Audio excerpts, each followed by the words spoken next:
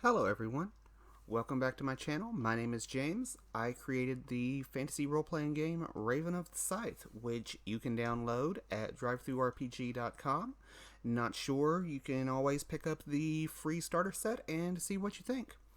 So, going off of the last video we did where we made two characters, we made John the Tank and Chris the Rogue.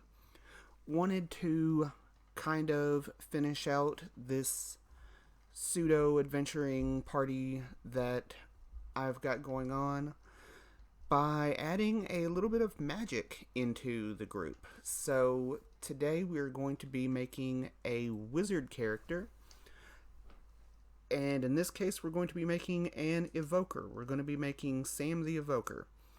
Now remember that Raven of the Scythe doesn't have classes. This is all basically very freeform as far as what your character does. So within the confines of the rules, you can mix and match stuff. Like, you don't have to make a dedicated wizard or a bard or fighter or whatever. It's just like right now we're dealing with generalities. I still mess that word up. We're dealing with very general character concepts, and like, in my opinion, these would be the things that like someone who's new to the game, maybe new to fantasy role playing, would make while they try to figure things out. And then as you get more experienced with it and comfortable with the system, you start thinking of other concepts. Like, I would like to make a mix between a magic using character and a roguish type character. You can certainly do those. That's a completely viable option.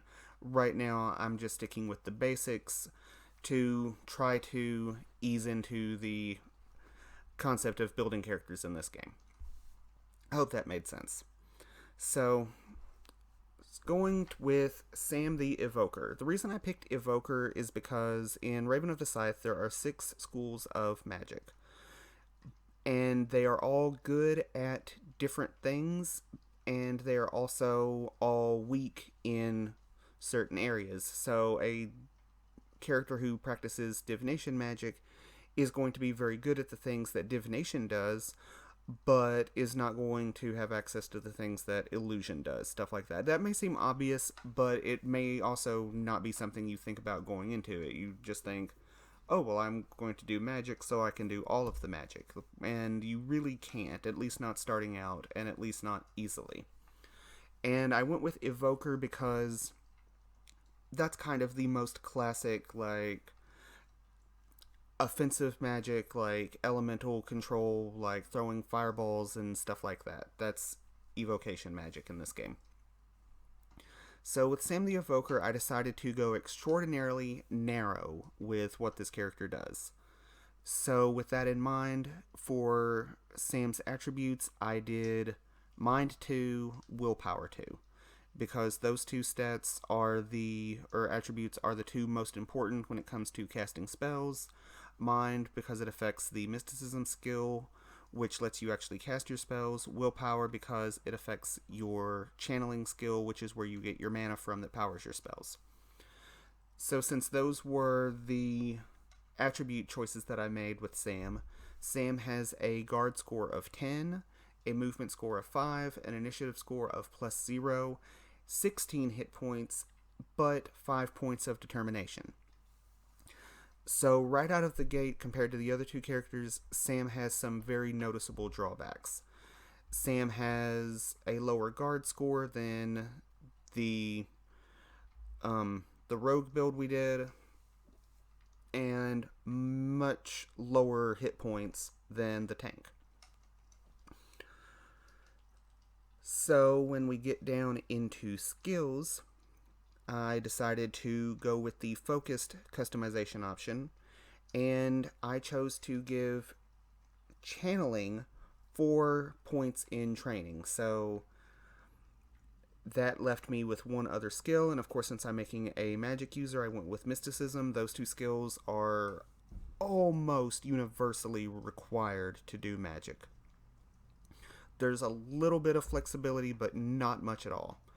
So this character has a final proficiency of +6 in channeling, +4 in mysticism. And like I said, this character is extraordinarily narrow. What they do is magic, and they don't do much outside of magic. When I went to pick favors, I chose Arcane Initiate because that's the entryway into magic. And then I chose New Spell, which is how a starting spellcaster gets their spells. And when I went down to equipment, Sam has a quarterstaff and a suit of leather armor, a leather jerkin. That's an extraordinarily common piece of armor. A lot of characters or players seem to like getting that for their characters because it's not very good armor, but it also doesn't have the drawbacks that other types of armor have. The quarterstaff is interesting because in this game, quarterstaffs, while they're in the fencing group, you don't have to use them as a fencing weapon. That's just an option you can choose to do if you want to be really good at it. Just by itself, a quarterstaff doesn't give you that much. It doesn't have a very high damage output, but it does give a +2 to accuracy. So even without a might score and even without any training in fighting, Sam still has a +2 to attack rolls with their quarterstaff, and I think that's kind of neat that characters who aren't otherwise suited for combat can still use a quarterstaff not entirely ineffectively. So quarterstaff is a really good weapon for characters that aren't good at weapons. And for a normal character, that would be pretty much done at this point. We have the stats, we have the compiled scores, we picked skills, we picked favors, and they have some equipment. But since Sam is a wizard, we get to pick some spells. The first types of spells we get are what's called the invocations that you get from Arcane Initiate. There's a pretty small list, and you get 3 of them for being an Arcane Initiate. And these are like very minor spells. You could think of them as like cantrips, 0-level spells, like prestidigitations, things like that, like really simple magical effects that they don't use mana, and you can pretty much spam them with certain limitations. So for Sam, I picked Arcane Shield, which gives him a little bit of defensive capabilities, like to protect himself. Like I said, his armor's not very good. Invisible Push, which is a really good, like, battlefield control kind of evocation, and most importantly, it can hopefully help keep people off of him. Since he only has 16 hit points, he isn't going to want people up in melee range, and Invisible Push gives him the option to hopefully keep them away. And lastly, I picked Wizard's Blade, which lets him make a pretty low damage output attack, but using his mysticism score. And it has some range to it. So my thinking behind that was, even if, he's in a bad spot, maybe his quarterstaff, is gone, or something like that, and, he just needs to do damage, he will always have Wizard's Blade as a last defense. Even if he's out of mana and has no other options left, Wizard's Blade is still on the table. So with that out of the way, when we chose New Spell, we normally only get to pick 1 spell, but if it's the first time you take the New Spell favor, you get to pick 2, and that kind of catches starting characters up, or puts them at a level where they have some type of versatility. So for the 2 spells Sam picked, there was Fire Blast, which is the most basic offensive spell you can get in the game. It literally just shoots a ball of fire that does pretty low damage, but it has a very low mana cost. It can be used as a standard action, so it doesn't tie him up for a whole round to use it. And it does fire damage, which ignores most armor. That's an advantage that most spells have, is that they can completely bypass armor. With a few exceptions, but the ability to ignore armor is a big draw to spells and special damage. And the last spell he picked was Glyph of Evocation. And this isn't an offensive spell by itself, but it's a very handy utility spell. It lets him create a glyph on the ground under his feet, so that as long as he's standing on it, his evocation spells cost less mana.